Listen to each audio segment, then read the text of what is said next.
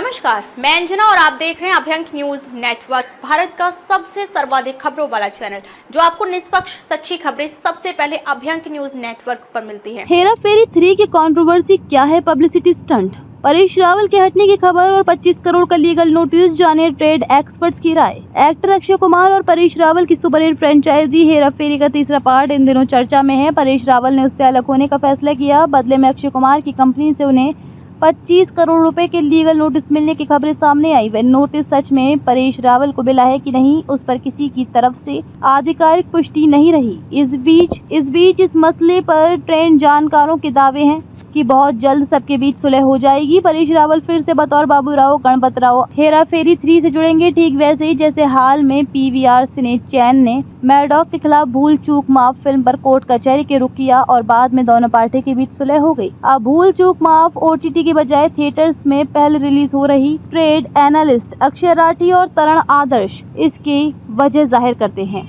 अक्षय राठी ने कहा, film industry छोटा सा परिवार है। अक्षय और परेश जी तो सालों से एक दूसरे को जानते और साथ काम कर चुके हैं। हाल में जब पीवीआर और मैडॉक कोर्ट में गए तो उसके बाद फिर दोनों ने साथ बैठकर सुलह की। यहाँ भी परेश जी और अक्षय में से कोई नासमझ नहीं है। दोनों काफी अनुभवी हैं, जो फैसला लेते हैं बहुत सोच समझ कर लेते हैं। दोनों साथ में इतना काम कर चुके हैं कि ये माजरा वे आपस में ही सुलझा लेंगे। बेशक जो कुछ इन दिनों उनको लेकर खबरें उछल रही हैं वो होंगी, पर दोनों इतने परिपक्व हैं जो मामला आपस में सुलझा लेंगे।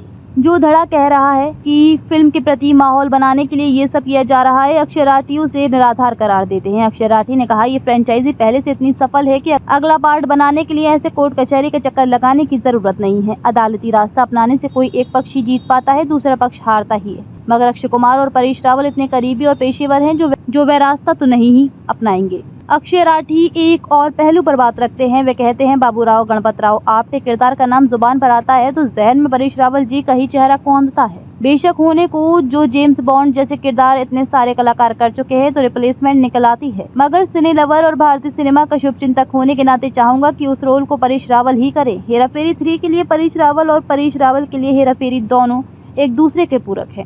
कुछ ही दिनों में ही स्थिति साफ हो जाएगी। अक्षय राठी की बातों से दिग्गज ट्रेड एनालिस्ट तरण आदर्श भी इत्तेफाक रखते हैं। तरण कहते हैं, अक्षय और परेश दोनों इतने अच्छे दोस्त हैं जिन्हें सामने बैठकर इस मामले का समाधान निकालना चाहिए, बजाय कि लीगल नोटिस का रास्ता इख्तियार करना। यकीनन लीगल नोटिस की अपनी मजबूरियां हों, पर बातचीत से मामले का हल हो जाएगा। रहा सवाल ये सब क्यों हो रहा, उसका मुझे कोई आइडिया नहीं। हम लोग सिर्फ अंदाजा लगा सकते हैं कि ऐसा हुआ होगा। इस पर अभी तक कोई स्पष्टीकरण आया नहीं है, वरना कोई भी कलाकार ऐसा आइकॉनिक किरदार छोड़ना नहीं चाहेगा। तरण भी इस पूरे प्रकरण को हेरा फेरी फ्रेंचाइजी के प्रति पब्लिसिटी स्टंट के नजरिए से खारिज किया। वे बताते हैं, इसका जवाब मेरे पास तो नहीं है। आई होप कि ये रियल ना हो, और अगर जरा भी सच्चाई है तो दोनों को सामने बैठ जाना चाहिए, क्योंकि लीगल नोटिस तो अक्षय की कंपनी की ओर भेजा गया होगा। अगर भेजा गया है तो उस परिस्थिति में भी अक्षय और परेश को सामने बैठकर इसका हल निकालना चाहिए। ताजा खबरों के लिए अभ्यंक न्यूज नेटवर्क पेज को फॉलो करें और लाइक करें, सब्सक्राइब करें, बेल आइकन को दबाना ना भूलें। अगर आप हमें फेसबुक, ट्विटर, इंस्टा के माध्यम से देख रहे हैं तो फॉलो, कमेंट करना ना भूलें।